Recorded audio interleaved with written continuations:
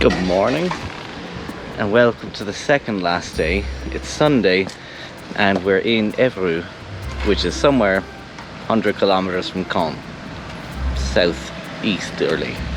Yesterday was a long drive and Daisy felt the brunt of it. When we arrived here, I discovered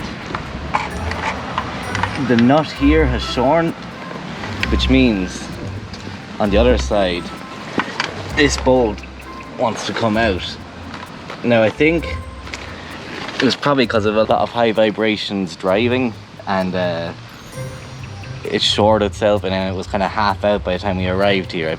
I malleted it back in, Marty did, with the socket wrench, and it seems okay for now, but hopefully we get her back to Ireland before the side stand falls off or something far worse might happen. I don't know. Let's see what happens though. Today we're going to the Merville Battery where Naim's going to meet us there, and then off to Bayeux for the last night. Probably St. Marglis tomorrow, so it'll probably be a short video today. Let's get going.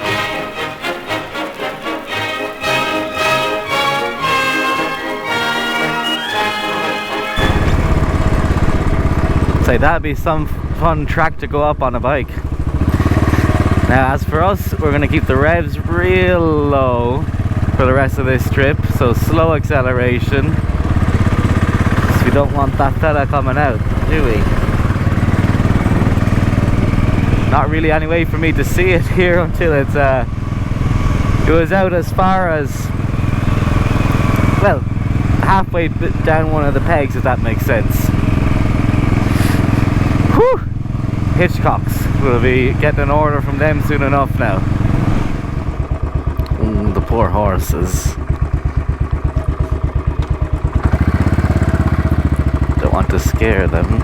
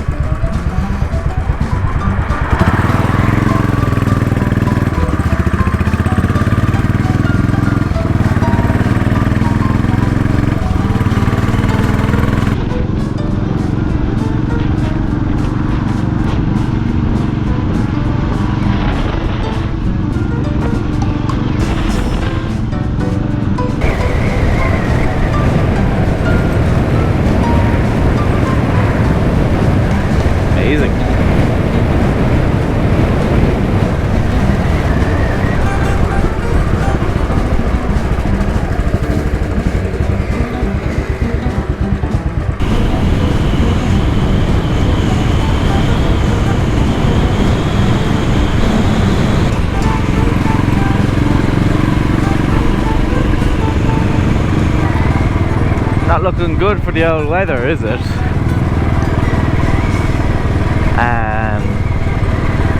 GoPro might have to go away because it's not waterproof when it has the media mod on. GoPro, go figure. Hey yo, Poppy. In other news, Naim, since we've last met him, has bought himself a new motorcycle, so I wonder will we see it today? Because it's possibly going to rain. I have a feeling he might leave it at home indoors because it's, you know, brand new bike and all that. Well, brand new second-hand bike, and by brand new I mean 2002 I think, but hopefully now he'll have brought it and we can have a close look at it, because it's a very nice one from the pictures I've seen. I'd be eager to see and hear how he's getting on. Hi guys. I think we're about 10 minutes from Merville, Melville, Seaville, Seatown, something to that effect. Sopping out. Tá sé ag stalla báistí, as we'd say in Irish. It's lashing rain. At least these trees were a nice cover for a minute. Oh, here we go back into it. Well, if the GoPro survives the rain, I think we're just about there.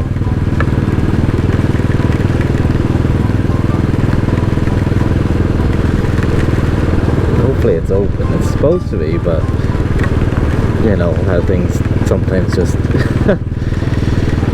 go not great. Hey, this must be it.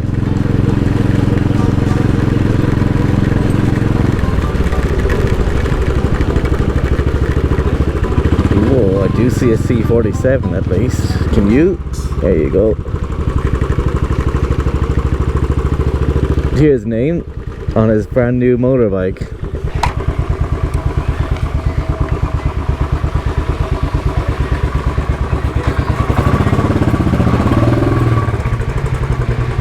Salut.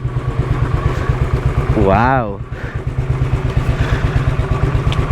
First ride in the rain? Yeah. I was surprised you took it. I thought you might change to the Bullet just because of the rain. No, I Fabulous. You christened it in the rain. What? You baptized it with the rain. Yeah. Yeah. I don't think it's been driving much in the rain before, so. First time for everything. Wow. Where's it going? Wow. Oh jeez.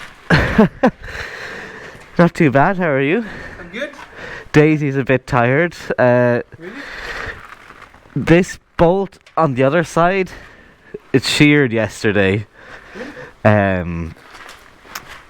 So there's nothing there. It should come out here. Oh, really? So gonna be ordering from Hitchcock soon enough, I'd say. Yeah.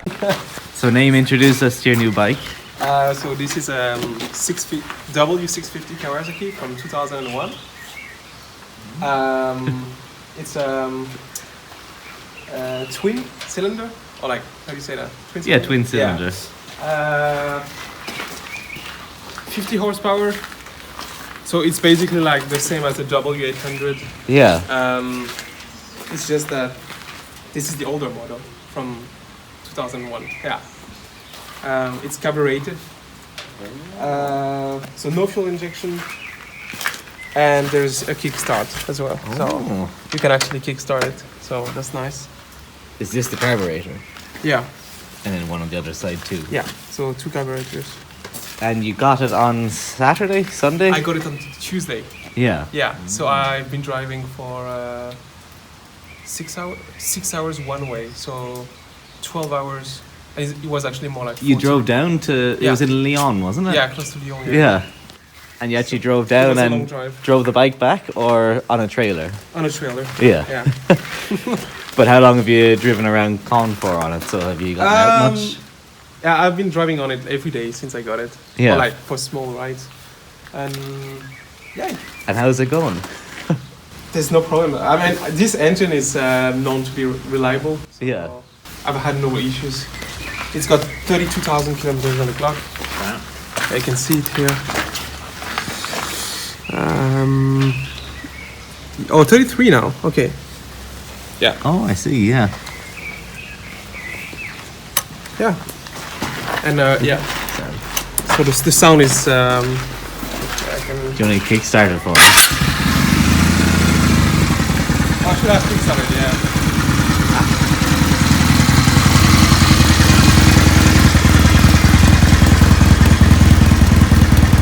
Very meaty.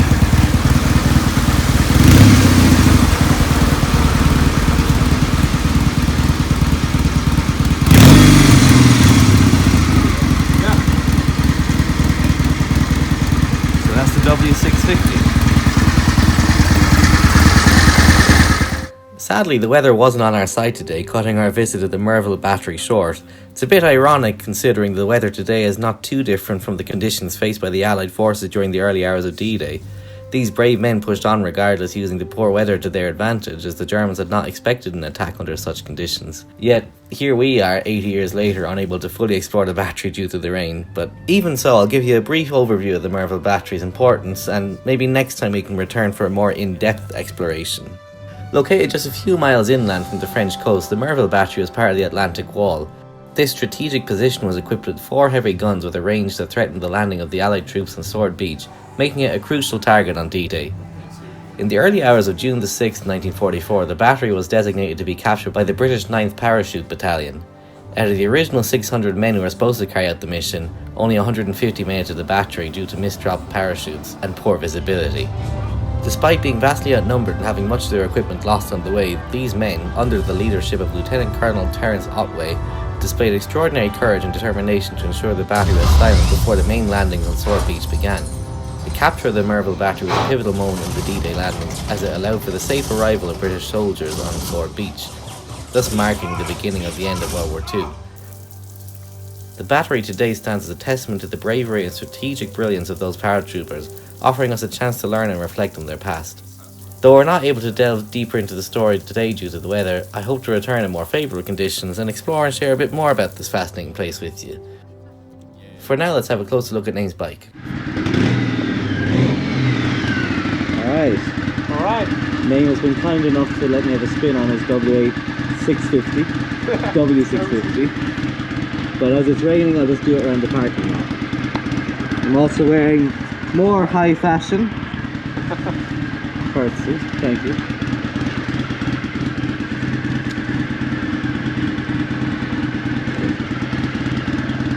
I'll be quick.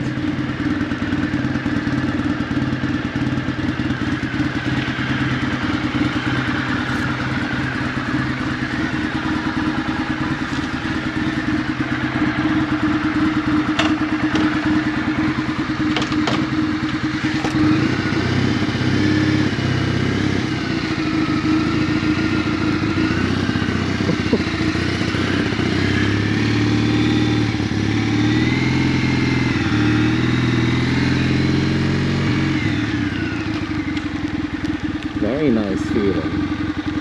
These are some chunky grips as well.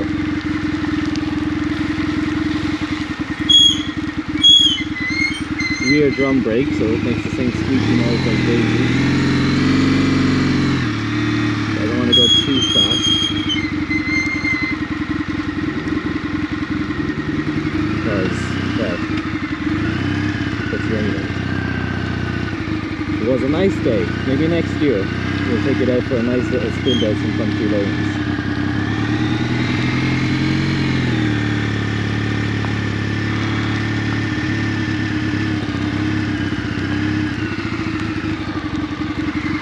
Lovely view at the windows there. Probably just them for me.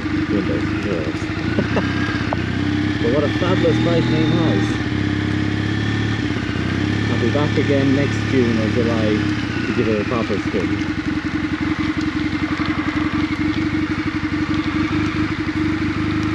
The turning is strange, it's kind of almost heavy when you run slow compared to the Bullet, but really nice.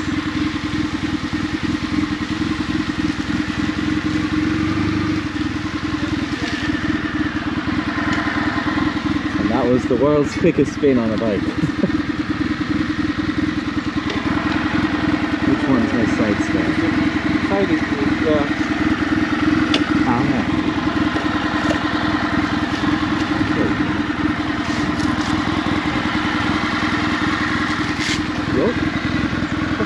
Alright, thanks Naim for that. And I think we'll conclude today's video here because there's nothing else to see. So, Naim, in case we don't see you again till next year, do you want to say bye to the channel? yeah. I'll see you next year. Good stuff. Two Kawasaki's and one Royal Enfield.